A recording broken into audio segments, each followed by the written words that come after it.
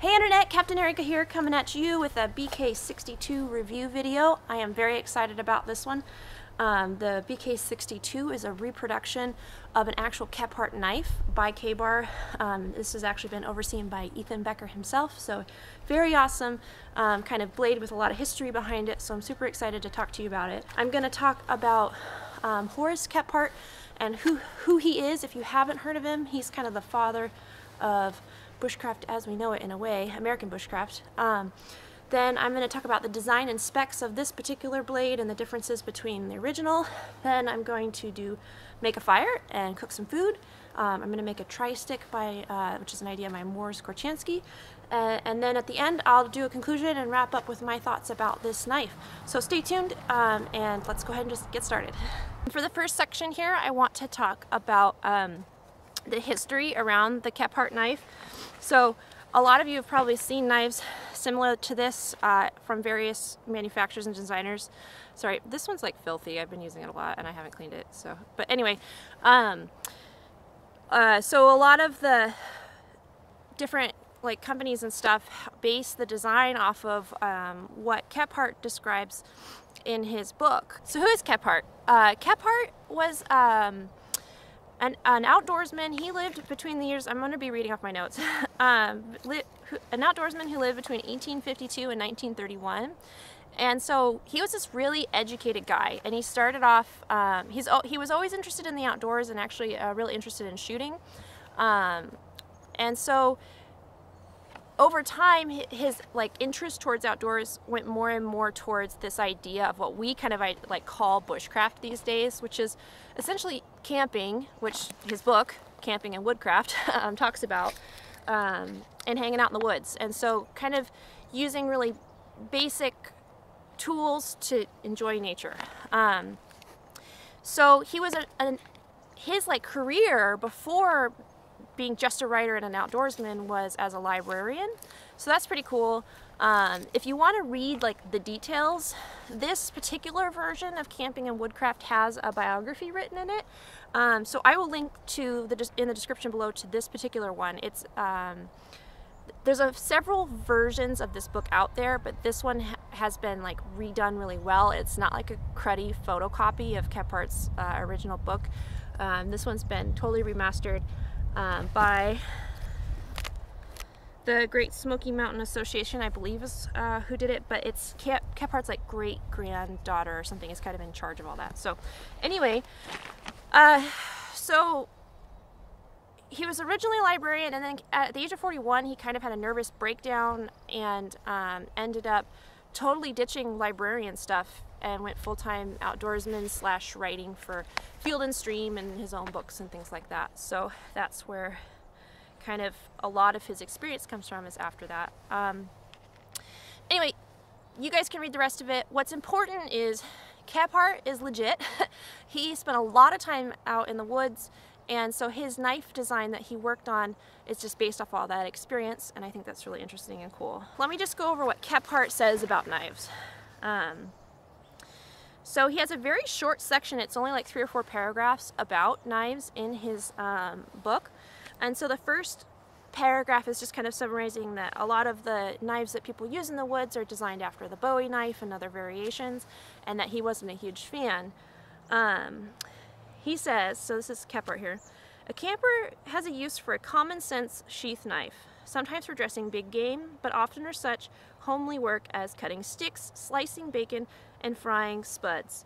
For such purposes, a rather thin, broad-pointed blade is required. It need not be over 4 or 5 inches long. Nothing is gained by a longer blade. It would only be in one's way every time he sat down. Such a knife, bearing the marks of hard usage, lies before me. It is a blade, and its blade and handle are each 4 1/4 inches long, the blade being 1 inch wide, 1/8 inch thick on the back, broad pointed, and continued through the handle as a hasp and riveted to it," so it's a fixed blade. "It is tempered hard enough to cut green hardwood sticks, but soft enough that when it strikes a knot or a bone, it will, if anything, turn rather than nick. Then a whetstone soon puts it in order." So that's kind of what he says about knives, and then he goes on, "The handle of this knife is of oval cross section. It's long enough to give a good grip for the whole hand with no sharp edges to blister one's hand. It has a 1/4-inch knob behind the cutting edge as a guard, and there is no guard on the back for it to be useless in the way. The handle is of light but hard wood, 3/4-inch thick at the butt and tapering a 1/2 inch forward so as to enter the sheath easily and grip it tightly. If it were heavy, it would make the knife drop out when I if I stooped over. The sheath has a slit frog binding tightly on the belt, keeping the knife well up on my side. This knife weighs only 4 ounces. It was made, and so it goes on and on. He says, it is one of the homeliest things I ever saw, but it has outlived my affections. With a score of other knives I've used in competition with it, done more work than all of them put together. So the long story short is it's a pretty simple knife, but he has like it's funny, Kephart's kind of the way he writes, and if you read his book you'll notice he's like very particular, and he'll like put measurements about certain things and weights of certain things, about like his thought about this knife, even though it's simple, is like really particular in how he wanted it to be.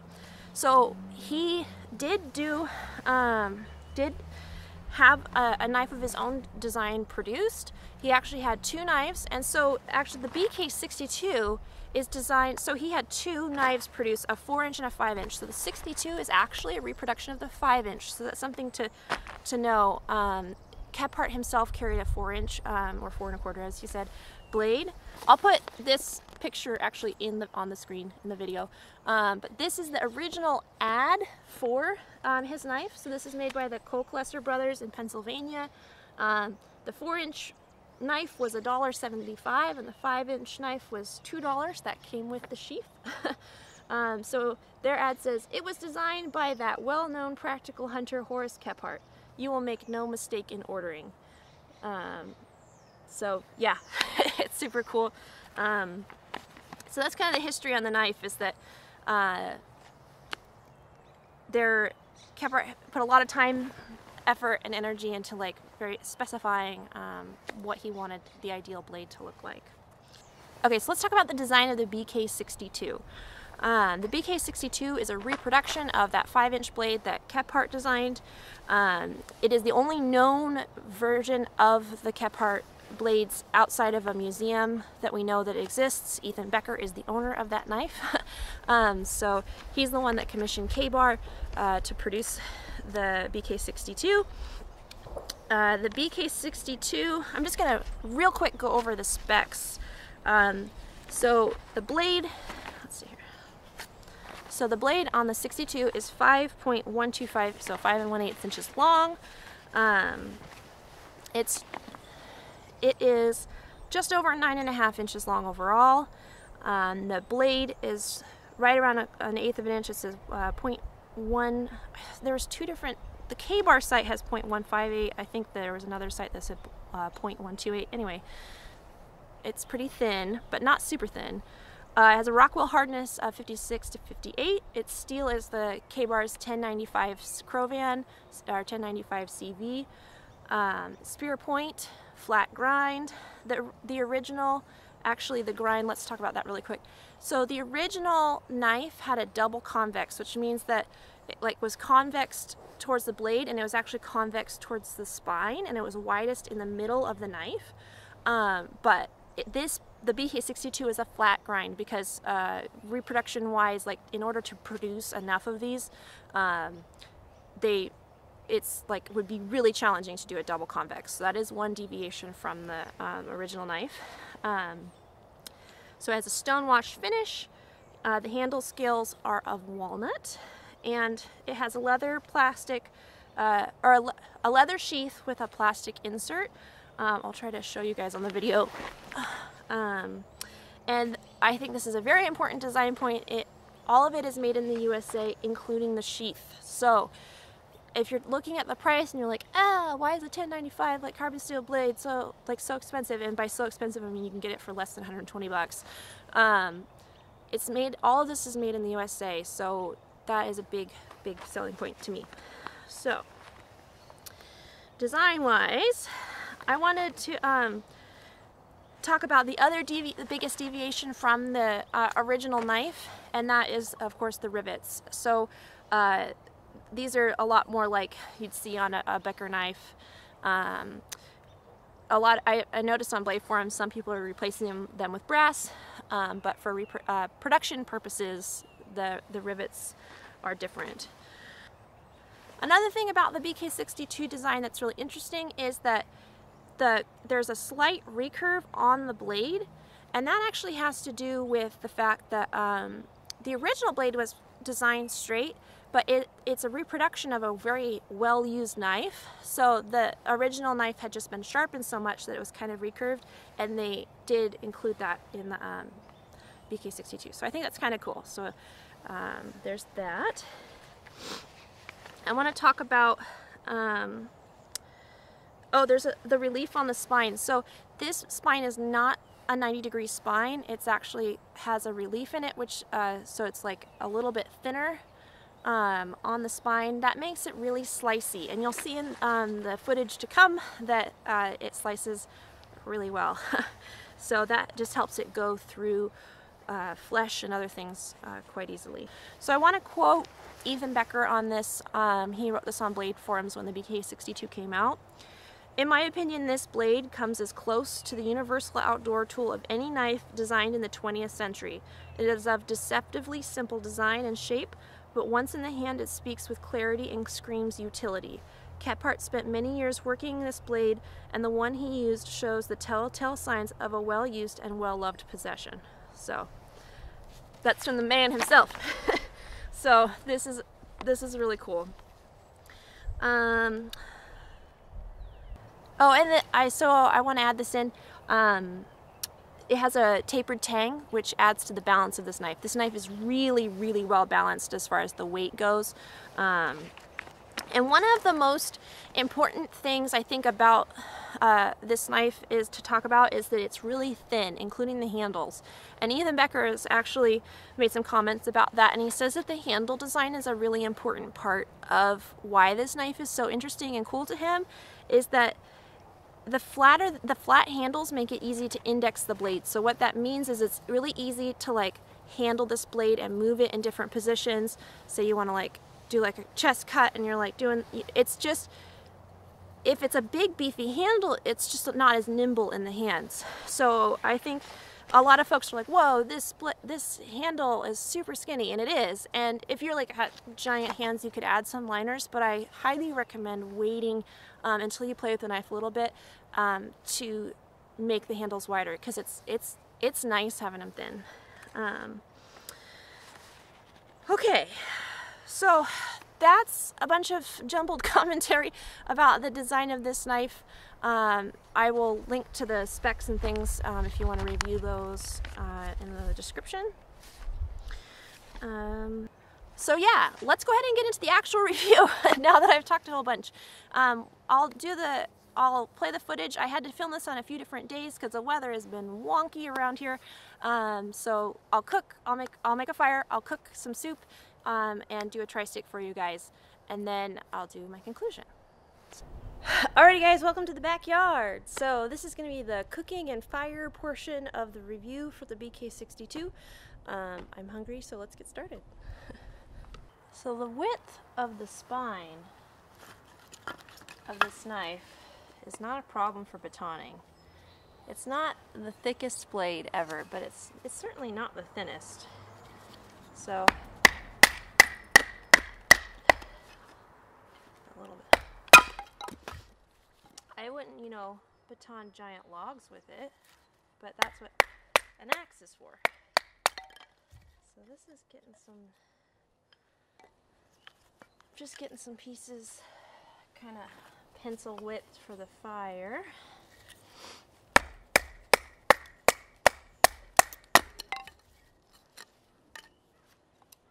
See, I'll probably do some feather sticks with some of the ones that have decent straight grain.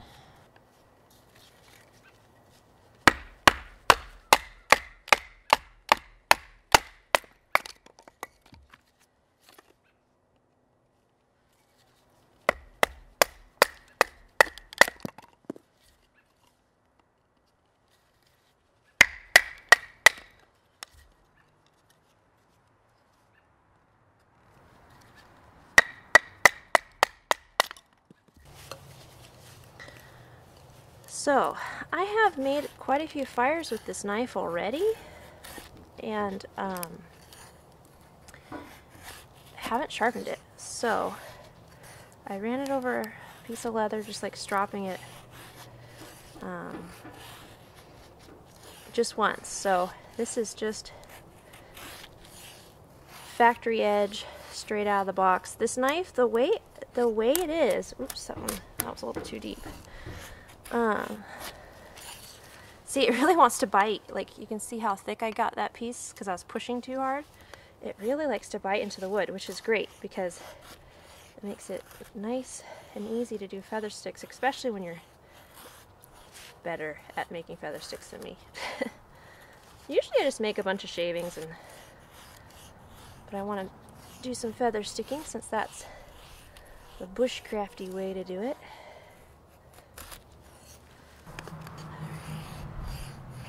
So there's this guy on Instagram, his name is NW Northwest Primate, I'm pretty sure. And that guy can make a feather stick, holy cow. He's from the Pacific Northwest somewhere, and follow him on Instagram if you want to learn the ways of friction fire and feather stick making. The straighter grain the wood, you know, the better. It's definitely something I could use more practice in, but this knife really is letting me do it. This is a good practice for me.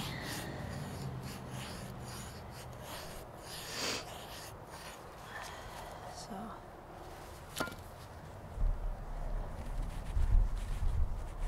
that's pretty cool, isn't it? I usually don't get such good curls. This wood's real nice. Like, this is a really nice straight grain piece of wood.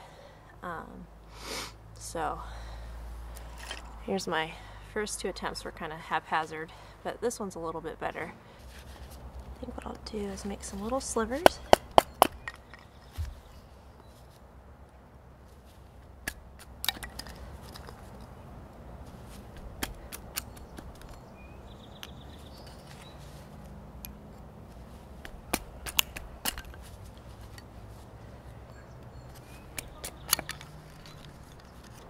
So when I'm doing pitchwood, or using pitchwood, I usually kind of shave off the stuff until I find like a nice vein.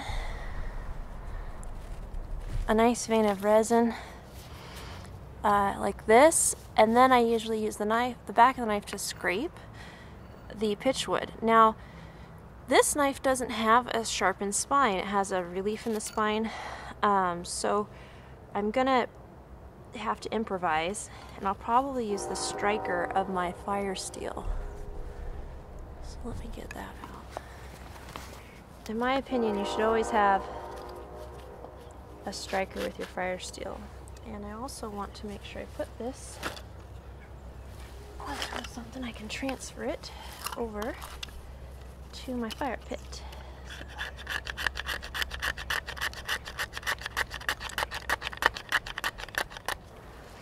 Okay, so you can see I use the striker instead of the knife to get some little pitchwood scrapings, and I've got some curls and I've got some stuff, and I'm gonna get the fire going.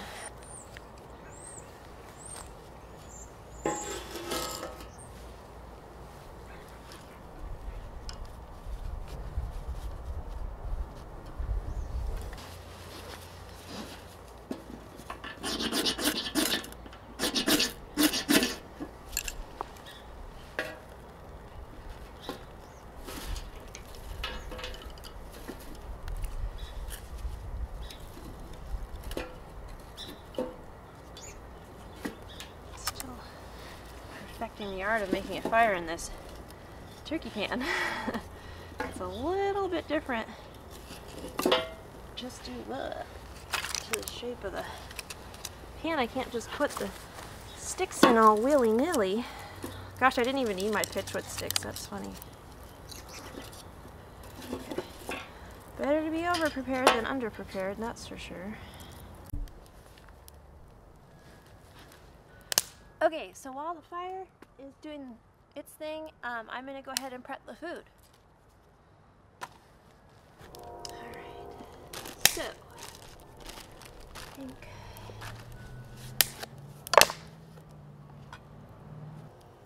this is the first time my 62, oh, okay. They say if you wipe your knife on your pants, it's automatically clean, so there we go. I'm not sure how much I'm going to need, so we'll just take part of it.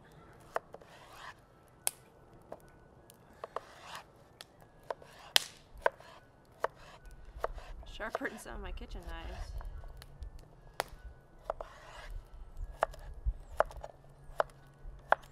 I don't know if you guys can hear that like lullaby in the background. Cameron's playing around with the new white noise machine that we got for Teddy so he can sleep. And it plays a lullaby, and it's, I don't know if he realizes it's that loud. That one's dirty. Baby carrots are nice for woodsing because they're pre-peeled.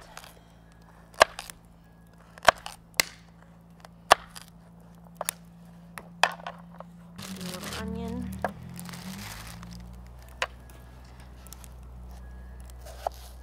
I wish I was like, I knew the chef like way to cook things so you guys could see and do something fancy, but I'm not fancy.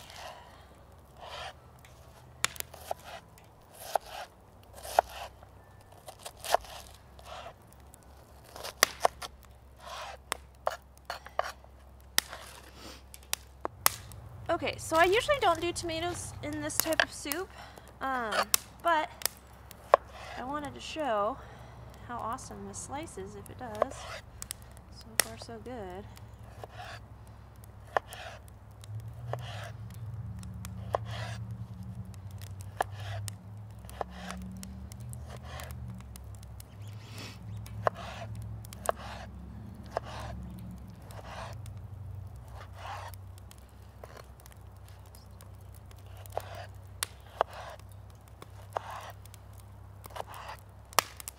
Wow, very nice, very nice.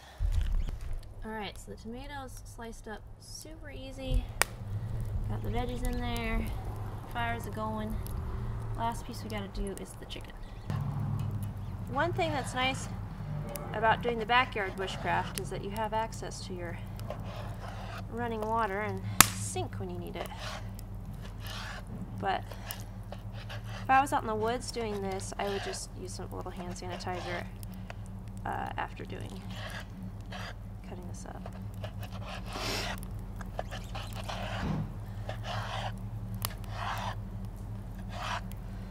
So I don't, this is how I always cut up chicken. I don't know if you want to see anything fancy, but it just melts through this. So.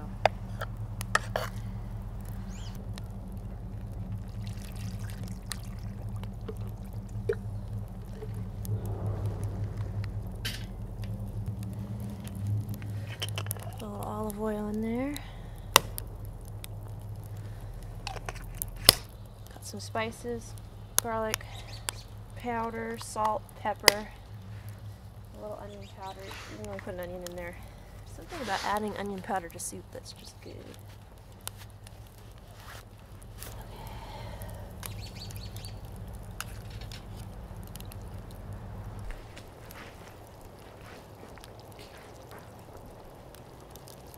Alright, so that concludes the cooking portion of the BK62 video. Super good. Nothing better than a good hearty meat and veggie soup cooked by the fire. So that's that. I think the BK62 is a perfect camp tool for this type of job. Alrighty guys, welcome to my garage. It was very rainy and windy outside, and that is not conducive to filming, so we're going to go ahead and do this portion of the review inside. I want to do Morris Kochanski's tri-stick. I don't know if you guys have heard of that. It's something, there's a free PDF on his website that I will link to in the description below. He's the guy that wrote Bushcraft, very big in the community. Anyway, he has this stick. It's called the tri-stick, but it's this, the purpose behind the tri-stick is to practice and demonstrate the skillful use of a knife as a wood carving tool, as well as to learn some of the practical operations that may be used in wilderness living. Some of the carving operations may be very practical in application, Others are meant to tax the skill of the carver, and some may be used for decorative purposes. So I've never actually made a tri-stick, but I think it would be a great test for the BK62. So let's go ahead and just jump into it. I'll show you what I'm doing here a little closer on the workbench. I have a couple sticks to play with. They're a little bit on the slim side according to his instructions, but I kind of had up a limited selection. I just got these from a park, and I hope they don't mind that I borrowed those. So anyway, let's go ahead and get started. Okay, so I did a little practice run. The first one's cutting through the stick. Now I'm kind of figured out what I'm doing here.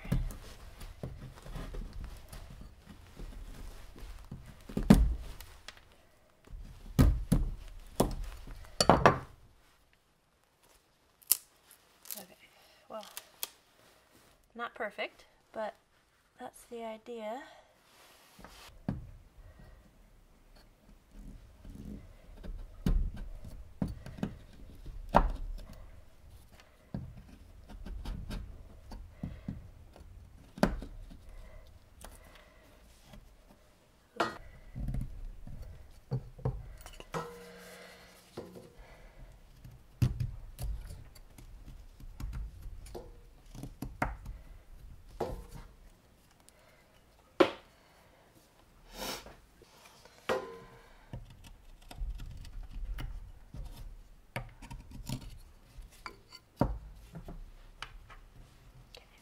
There's a round-ish notch.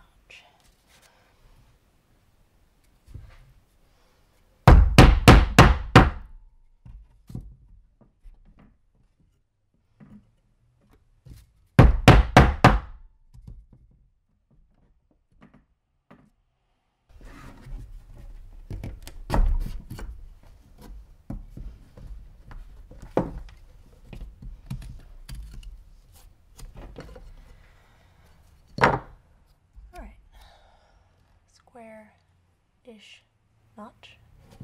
I have to do this safely. This long stick. This one, I'm gonna do like this.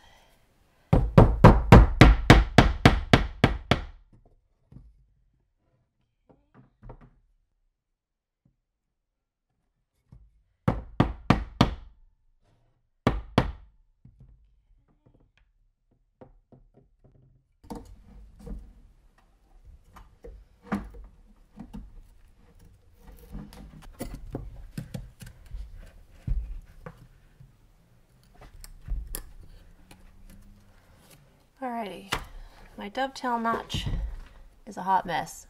I really gotta look up how to do that one because, yeah, I sort of kind of did it. So, yeah, you can see there. Let's try the next one.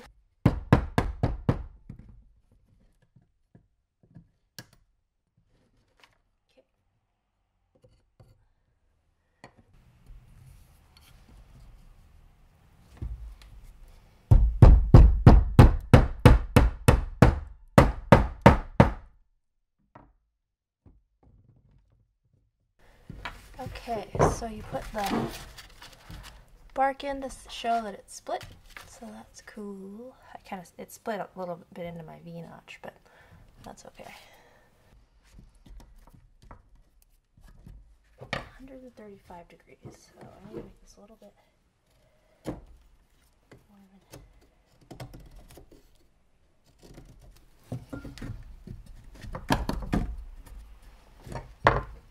not too shabby. I've done most of these, but I need to do the circular one. That one looks hard. So this one is the, what is this called? Reduction for toggles and pack frame construction. So this is like, oops. I didn't baton into the wood far enough.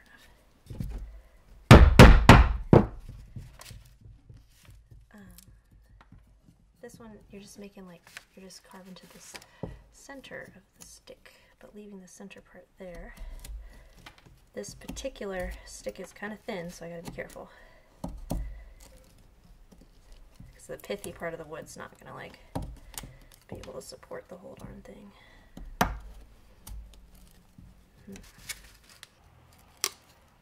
Okay, so now I gotta fix this side. It's like always easier to do one side than the other for me.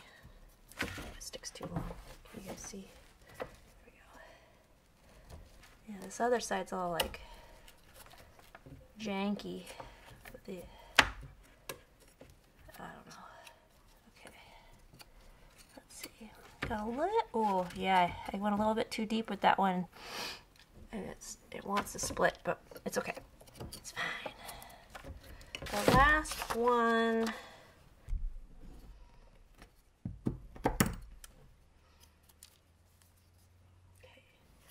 Okay, I'm definitely keeping my arteries away from the blade area here.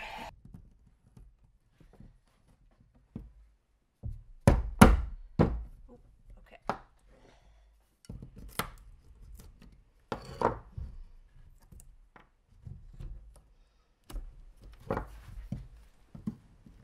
think I'm getting somewhere.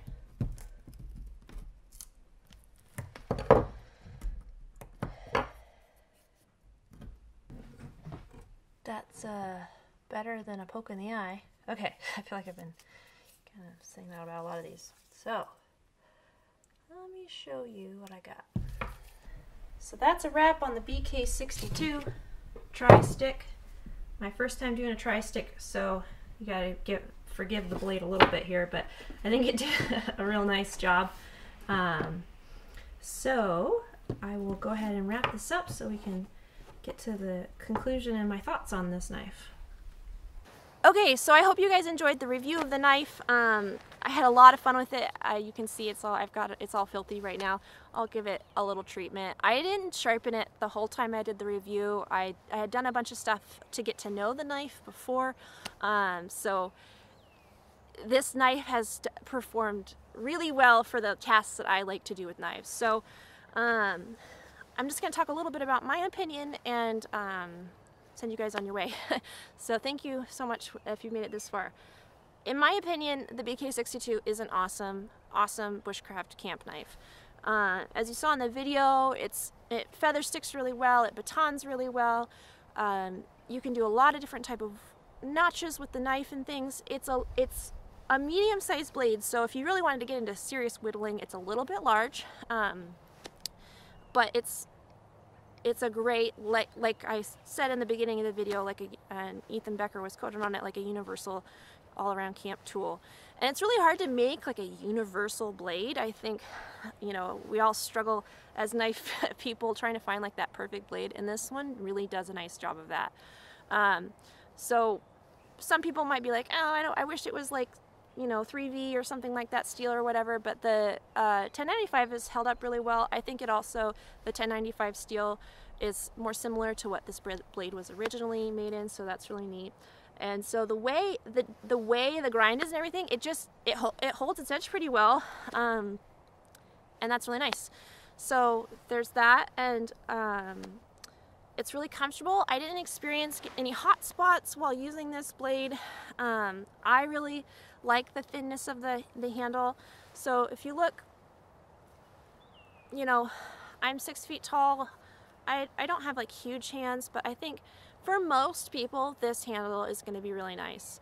The only time I noticed anything that was like maybe uncomfortable is, so I'm holding the blade like this and I'm like cutting stuff like making feather sticks and stuff like that, and if I was like gripping the knife really hard, I felt like there was a lot of pressure like right here, or maybe a wider handle would be good, or maybe I need to improve my knife techniques. But overall, like very, very comfortable, and I'm kind of particular about the ergonomics of my blades. I love, love, love how the spine is actually not 90 degrees all the way down. I do want to make one little mod on my knife. I want it to be 90 degrees for like an inch or something, just enough to scrape pitch wood and make some scrapings on wood.